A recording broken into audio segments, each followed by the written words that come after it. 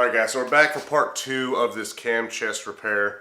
For anyone that's wondering, or if there's any confusion, because some people have asked me, this is what took place between taking the exhaust and everything off and putting the new one on. So this is actually back a few weeks ago.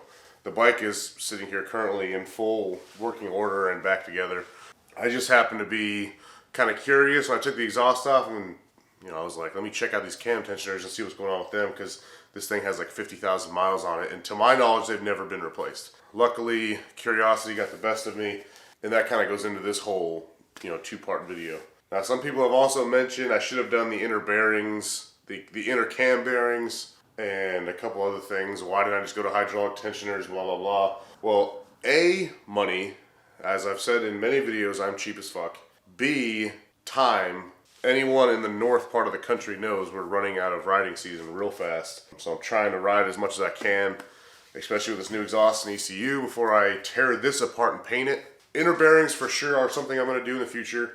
I checked the bearings. They were good when I took it apart. There's no significant wear on them or anything like that, so I decided to leave them.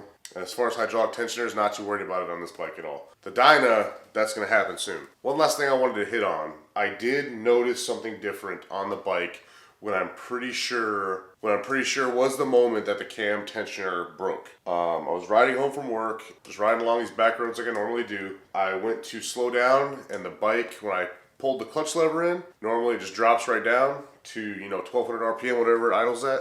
The bikes would very slowly lower down. So that's one of the main things I noticed, that I was kind of, after you ride these bikes for so long, you notice when something like that's not right. So I noticed that and had no idea what it was, but I'm pretty sure I can attribute that to the cam chain tensioner causing too much friction on the actual sprockets inside the cam chest, causing too much strain on the engine. Makes sense to me. It hasn't happened since, so I'm just guessing that's what the issue was. And that was the real only strong indicator I had that something wasn't right. And that was the last time I rode it before I took it all apart and did the exhaust and ECU. Probably a very good thing I did. Like I said, this was a pure happenstance. I just happened to look in here and find that. So very lucky on that. I do have some more pictures I'm going to put in here of the actual tensioner when I first found it, because I realized the pictures in the last video were kind of misleading. The spring and the arm was there. The shoe was the thing that was completely gone. And I found pieces of it in the bottom of the cam chest, and yeah. And like I've said before, these are going to be just a couple of videos showing what happened. There's going to be no instruction, no step-by-step details on how to do this. If you want to see that, I got videos up here. I'll put some more of my Dyna build videos up in the corner, specifically when I put my Dyna engine back together. Again, same exact engine, 88 cubic inch twin cam. This is an 03, the Dyna's an 05. That's now a 95 inch, but still the same exact everything else. So yeah, enjoy the video. Hope someone learned something. Hopefully this will persuade someone to dig into their engine a little bit, out of their comfort zone. Check their tensioners if you have them. If you're running a twin cam bike like this that has the spring tensioners, check them. And check your belt pulleys on your back tire, for God's sakes. Or your chain sprockets or whatever you have. I see too many people stripping those bolts out of their rear hub. Alright, so enjoy the last part of this video. Going to be a time lapse, just a little bit of, I hate to use the term ASMR, but kind of sorta, just putting the engine back together in time lapse. Bit of a Haggerty inspired rebuild here. So enjoy. If you got any questions, hit me up in the comments. I always answer to the best of my knowledge, or I can point you in a direction of where you can find an answer. I cite my sources. Enjoy the video.